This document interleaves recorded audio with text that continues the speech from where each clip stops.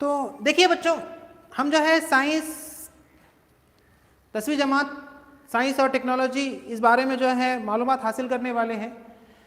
سب سے پہلے آپ کو پتہ ہونا چاہیے کہ آپ کا جو ہے 10ویں کا ایگزام کو صرف جو ہے 87 ڈیز باقی. کتنے؟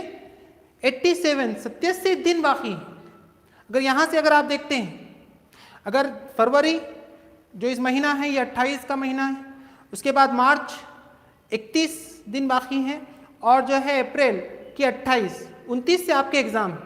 تو آپ ٹوٹل اگر کرتے ہیں تو 87 ڈیز جو ہے صرف باقی ہیں آپ کے لیے، آپ کے پاس. اور اسی 87 ڈیز کے اندر آپ کو اپنا سلیبس جو ہے کمپلیٹ کرنا ہے. سوچئے، کم وقت ہے، زیادہ ہم کو محنت کرنی ہے. اس کے لیے جو ہے حاصل علم آپ کی خدمت میں سائنس کی لائیو کلاسز جو ہے لینے جا رہا ہے. تو اس سائنس کی لائیو کلاسز کے اندر جو ہے آپ کے ڈاؤٹس، آپ کے پرابلمس اور تمام جو ہے آپ کے کوئریز کو حل کرنے کی کوشش جو ہے کی جائیں گی. لیکن ساتھ ہی آپ کو جو ہے کمنٹ کر کے جو ہے تمام سوالات کے جوابات بھی دیتے رہنا ہے. ساتھ میں بنے ہوئے رہیے ہمارے ساتھ. تو جو ہے ہم سائنس سیکنڈ کا جو ہے پہلا سبق توارث اور ارتقاء، اس سبق کے بارے میں معلومات حاصل کرنا چاہ رہے ہیں. ویسے آپ نے تو یہ پڑھا ہی ہے، لیکن ہم اس کو جو ہے ڈیٹیل کے اندر پڑھنے والے ہیں. تو یہ سائنس سیکنڈ کا جو ہے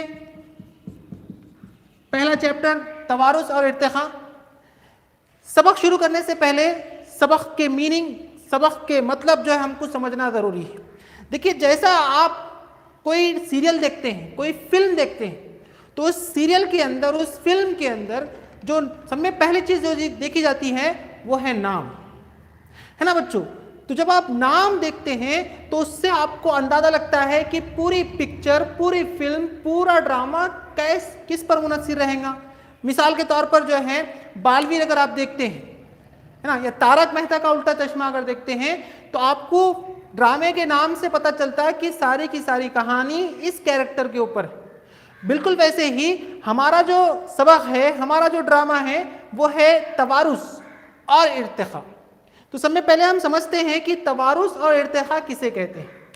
تو یہاں پر دیکھیے، توارث، اس کو انگلش میں کہتے ہیں ہیریڈیٹی. تو پہلا جو ورڈ ہے، دیکھیے سائنس کے معنی ہی تجزیہ کرنا ہوتے ہیں. تو اسٹوڈنٹس، آپ کو سب میں پہلے کیا کرنا پڑے گا کہ سائنس کے ٹکڑے کرنے پڑیں گے. یعنی کہ آپ کو جو ہے سبق دیا ہوا ہے اس کے ٹکڑے کیجیے. آپ توارث ایک لفظ بنتا ہے، ارتقاء ایک لفظ بنتا ہے. پہلے ہم دیکھتے ہیں کہ توارث، ہیریڈیٹی کسے کہتے ہیں. اب آپ اپنے اوپر غور کیجیے. اپنے آپ کو جب ہم آئینے میں دیکھتے ہیں تو ہم کس کے جیسے دکھائی دیتے ہیں؟ جی بتائیے، کمنٹس کیجیے. ہم جو ہیں کس کے جیسے دکھائی دیتے ہیں؟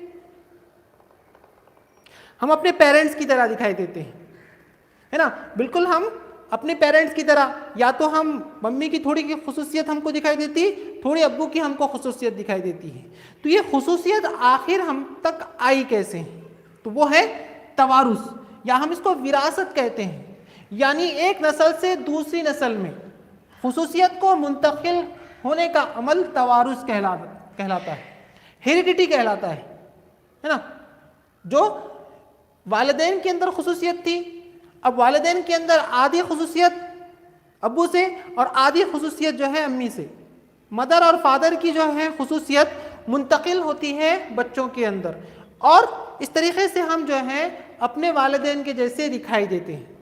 لیکن وہ سیم ٹو سیم دکھائی دیتے ہیں کیا؟ نہیں، بلکہ کچھ نہ کچھ تغیر دکھائی دیتا ہے، کچھ نہ کچھ فرق ہم کو دکھائی دیتا ہے. یہی جو ہے توارث کہلاتا ہے. اور آپ جانتے ہیں کہ اس توارث، اس ہیریڈیٹی کو منتقل کرنے والے کیا ہیں؟ کروموزوم. کروموزوم ہی ہے جو خصوصیت کو منتقل کرتے ہیں، ایک نسل سے دوسری نسل میں خصوصیت کو منتقل کرنے والے. ہر جاندار کے اندر، چاہے وہ چھوٹے سے چھوٹا ہو، چاہے بڑے سے بڑا ہو، چاہے نباتات ہو، چاہے حیوانات ہو، ہر ایک کے اندر جو ہے وہ کروموزوم پائے جاتے ہیں. انسان کے اندر اگر آپ بات کرتے ہیں تو انسان کے اندر 46 کروموزوم پائے جاتے ہیں، 46 کروموزوم پائے جاتے ہیں. میل کے اندر بھی 46 اور فیمیل کے اندر بھی 46 کروموزوم پائے جاتے ہیں، ہے نا. اگر جوڑی کی شکل میں بات کریں، پیئرس کی شکل میں بات کریں تو 23 جو ہیں جوڑیاں ہوتی کروموزومز کی. میل کے اندر دیکھیں تو وہ ایکس وائی کروموزومز ہوتے ہیں اور فیمیل کے اندر جو ہیں وہ ایکس کروموزوم ہوتے ہیں.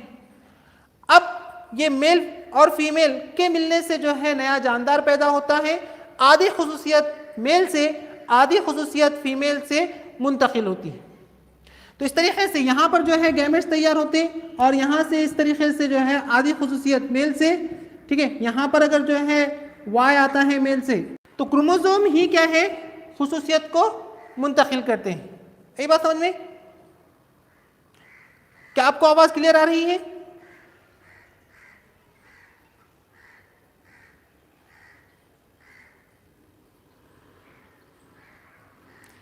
سمجھ میں آیا بچوں؟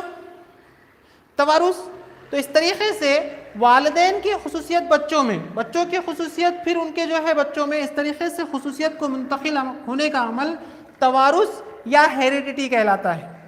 اور یہ خصوصیت منتقل جو ہے کروموزوم کرتے ہیں. 46 کروموزوم پائے جاتے ہیں جوڑی کی شکل میں، 23 کروموزوم ہوتے ہیں. میل کے اندر جو ہے ایکس وائی اور فیمیل کے اندر ایکس کروموزوم پائے جاتے ہیں. تو اس طریقے سے خصوصیت کو منتقل کرنے کا عمل توارث یا ہیریڈیٹی کہلاتا ہے. یہی بات سمجھ میں؟ یہ رہا ہمارے سبق کا انٹروڈکشن، جس کا ایک پارٹ ہم نے دیکھے توارث کی شکل میں. اب ہم دوسرا اگر بات کرتے ہیں وہ ہے ارتقاء، جس کو ایوالویشن کہتے ہیں. ایوالویشن، ارتقاء. دیکھیے ہم اس سبق کو ڈیٹیل میں پڑھیں گے، لیکن سب میں پہلے ہم کو سبق کے میننگ، سبق کے مطلب ہم کو سمجھ میں آنے چاہیے. تو یہاں پر اگر ہم دیکھ رہے ہیں ایوالویشن، ارتقاء. اب ارتقاء کسے کہتے ہیں؟ تو ارتقاء یعنی مرحلہ وار ترقی، مرحلہ وار ترقی. اب دیکھیے ارتقاء، میں آپ کو ایک مثال دیتا ہوں ارتقاء سمجھنے کی. بہت سمپل سی مثال ہے، آپ بڑی آسانی کے ساتھ جو ہے سمجھ سکتے ہیں کہ ارتقاء ہم کسے کہیں گے. مثال کے طور پر جو ہے آپ فرسٹ کے اندر ایڈمیشن آپ نے لیا، پہلی میں آپ نے ایڈمیشن لیا، پھر آپ دوسری میں گئے، پھر تیسری، پھر چوتھی، پھر پانچویں، پھر چھٹی، یعنی آپ جو ہے آج 10ویں کلاس میں. تو اس کا مطلب کیا ہے کہ آپ نے دھیرے دھیرے مرحلہ وار جو ہے ترقی کی اور اب جا کر جو ہے آپ 10ویں کلاس میں پہنچے ہیں. اس کا مطلب ہے 10 سال کا عرصہ لگا آپ کو یہاں تک آنے کے لیے، یعنی تبدیلی ہونے کے لیے 10 سال آپ کو لگے ہیں.